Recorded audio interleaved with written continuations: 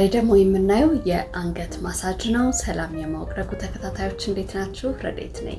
የአንገታችንን ገጽታ በከፍተኛ ሁኔታ ሊቀየርልን የሚችል የአንገት ማሳጅ ቴክኒኮችን ዛሬ ያሳያችኋለሁ። በዋናነት እንግዲህ የሚረዳው የቆዳ መሸብሸብን ይቀንሳል፣ እብጠትን ይቀንሳል፣ እንዲሁም ደግሞ ቆዳችን እንዳይንጠለጠል ወደ ላይ ሊፍት እንዲያደርግ እንዲወጠር ይረዳል ማለት ነው።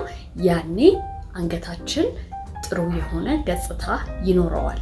ወሳኝ የሆኑ ጥቅሞችን ስንመለከት እንግዲህ የመጀመሪያው የደም ዝውውርን ያሻሽላል። ይህ ደግሞ ናቹራሊ ቆዳችን ግሎ እንዲያደርግ ይረዳል። ከልክ ያለፉ ፍሳሾች ሲወገዱ ደግሞ አንገታችን አካባቢ ያለ እብጠት ይቀንሳል። እንዲሁም ደግሞ እዚህ አገጫችን ስር ያለ ትርፍ ስጋ እየጠፋ ይሄዳል። ሌላው እንግዲህ እዚህ አካባቢ የተጠራቀመ ቴንሽን እየቀነሰ ይሄዳል። ይሄ በሚሆንበት ሰዓት የቆዳችን ማስሎች ሪላክስ እያደረጉ ስለሚሄዱ ቆዳችን እለት ከእለት ወደ ወጣትነት ቆዳ እየሄደ ይሄዳል። ሌላው የሊምፋቲክ ፍሰት እየተሻሻለ ይሄዳል። ይሄ ሲሆን በሰውነታችን ውስጥ ያሉ መርዛማ ነገሮች እየተወገዱ ይሄዳሉ።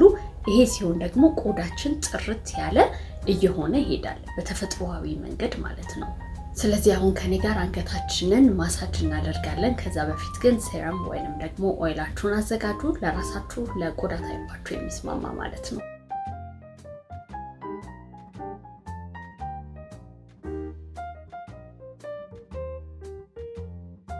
ኦይላችሁን ካዘጋጃችሁ በኋላ ወደ መጀመሪያው ቴክኒክ እናልፋለን። ሊምፋቲክ ድሬኔጅ ስዌፕ ይባላል።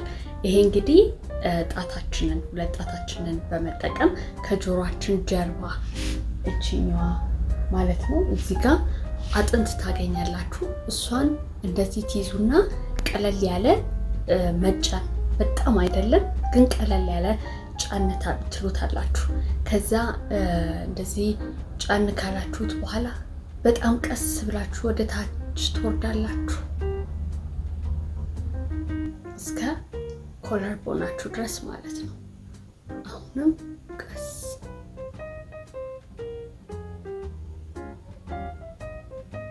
ይህን እንግዲህ እናንተ ከ10 እስከ 15 ጊዜ ታደርጋላችሁ። ይህንን የምታደርጉት ለምንድን ነው? እዚህ አካባቢ ያለ የተጠራቀመ ፍሉድ የሚፈሳው ወደ ታች ነው። እንደዛ ተደርጎ ነው የተሰራው። ስለዚህ ፍሳሽ ወደ ታች ስለሆነ እየፈሰሰ የሚሄደው እዚህ ጋር ጀምራችሁ ከጆሮአችሁ ጀርባ ጀምራችሁ ቀስ ብላችሁ ስትወርዱ ፍሳሽ የተጠራቀሙ ፍሉዶችን እያስወገዳችሁ ነው የምትሄዱት ማለት ነው። ይሄ እንግዲህ አንገታችሁ አካባቢ ያለ እብጠትን ይቀንሳል። እንዲሁም ደግሞ መርዛማ ነገሮች ከሰውነታችሁ ውስጥ እየወጡ ይሄዳሉ። ቆዳችሁ ጥርት እያለ ይሄዳል። ያበጠ ነገር ይጠፋል። ስለዚህ አንገታችን ሲታይ ጥሩ ገጽታ ይኖረዋል ማለት ነው። ሁለተኛው ደግሞ እንግዲህ ቆዳችንን አንደኛ ፈርምነሱን ለማሻሻል፣ ሁለተኛ ደግሞ እንዲወጠር ወይም ሊፍት እንዲያደርግ፣ እንዳይንጠለጠል፣ ቆዳችን እንዳይሸበሸብ የሚረዳ ማሳጅ ነው ማሳያችሁ። ይሄ ደግሞ የምታደርጉት ከታች ወደ ላይ ነው። ቀና ስሉና ሁለት እጃችሁን በመጠቀም እዚህ ማሳጅ ታደርጋላችሁ። ከዚህ ከኮለር ቦናችሁ ተነስታችሁ እስከ ጆላይናችሁ ድረስ ማለት ነው።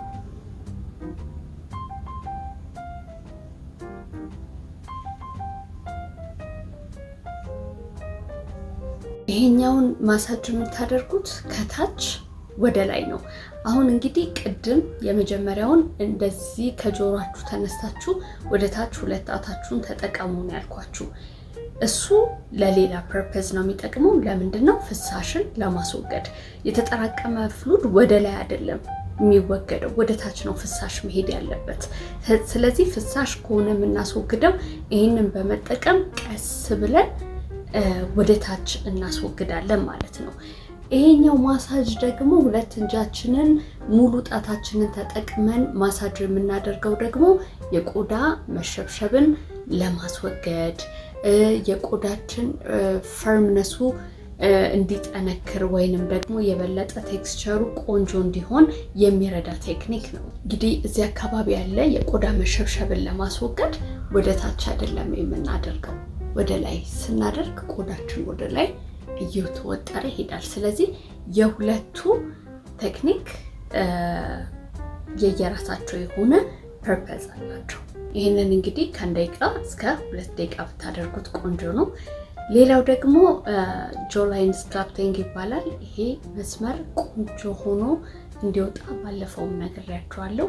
ወይ እጃችሁን እንደዚህ አድርጋችሁ ተጠቀሙ፣ አለበለዚያ አብራጣታችሁን ተጠቀሙና ከአገጫችሁ ስር እስከ ጆሮ ግንዳችሁ እስከዚህ ድረስ ትሄዳላችሁ። ቀና ትላላችሁ። ይሄን እንደዚህ ታደርጉና ከአገጫችሁ ሴንተር ትንሽዬ ጫን ማለት ይጠበቅባችኋል። በጣም ሳይሆን ሚዲየም የሆነ ፕሬሸር ተጠቀሙና ቀና በሉ።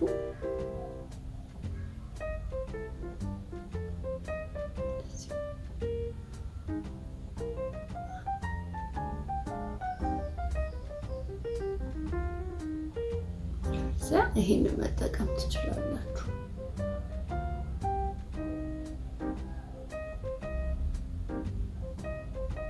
እንደሚመቻችሁ። ይሄንን በምታደርጉበት ሰዓት እዚህ ስር ያለ ትርፍ ስጋ እየጠፋ ይሄዳል። እዚህ ጆላይናችን አካባቢ የተጠራቀመ ቴንሽን እየተወገደ ይሄዳል። ይሄ ላይን ቆንጆ ሲሆን የፊት ቅርጻችሁ ቆንጆ ሆኖ ይታያል። አንገታችሁን ውጥት ብሎ ቆንጆ የሆነ ገጽታ ይኖረዋል ማለት ነው። ሌላው ደግሞ ፒንች ኤንድ ሪሊዝ ቴክኒክ ነው። እንደዚህ ቀና ትሉና አንገታችሁ አካባቢ የተወሰነ ኤሪያ ከታች ወደ ላይ ቁንጥጥ እያደረጋችሁ ልቅቅ። የተወሰነ ሰከንድ ጫን ትሉትና 3 ሰከንድ ልቅቅ፣ 3 ሰከንድ ጫን ትሉትና ልቅቅ። ሲጋም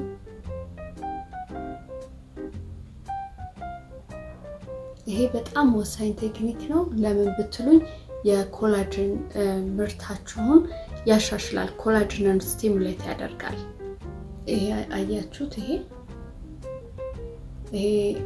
ይሄንን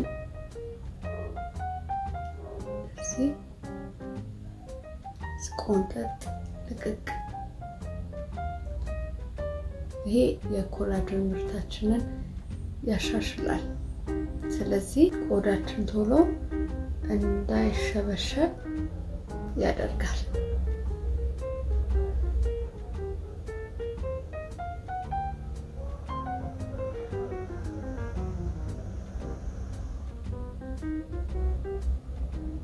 ይህንንም ለ3 ደቂቃ ያህል ብታረጉት በጣም ቆንጆ ቴክኒክ ነው። ነርቫችሁ ላይ ይነቃቃል እና ይሄ ሪላክስ ታደርጋላችሁ። እንግዲህ እነዚህን ቴክኒኮች በየዕለቱ በማድረግ አንገታችሁ አካባቢ በተለይ እብጠት ካለባችሁ፣ አንገታችሁ ከሌላው ፓርት ተለይቶ በጣም ከተሸበሸበ ወይ ደግሞ ከተንጠለጠለ እና ደስ የማይላችሁ ከሆነ ይሄንን በማድረግ የአንገታችሁን ቅርጽ ማሻሻል ትችላላችሁ ማለት ነው በአጭር ጊዜ ውስጥ። ይሄንን ሞክራችሁ ውጤቱን ንገሩኝ። ሌላ ደግሞ እንዳሳያችሁ የምትፈልጉት ካለ በኮሜንት ሴክሽን ላይ አሳውቁኝ። በሌላ ቪዲዮ እስከምንገናኝ ድረስ ቻው።